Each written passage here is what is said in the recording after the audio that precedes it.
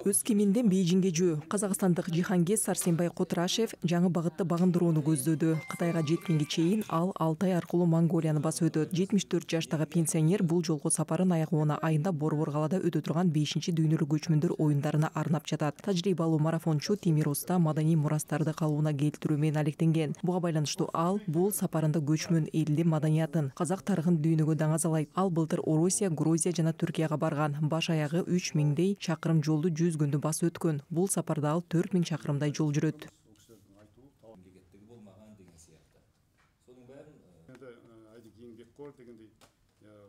Спальный мешок, палатка на всякий случай.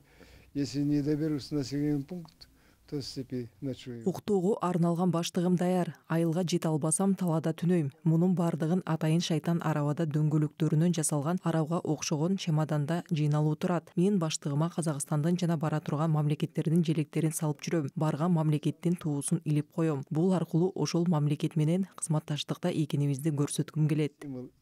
Издалека казахские государства содружат мирно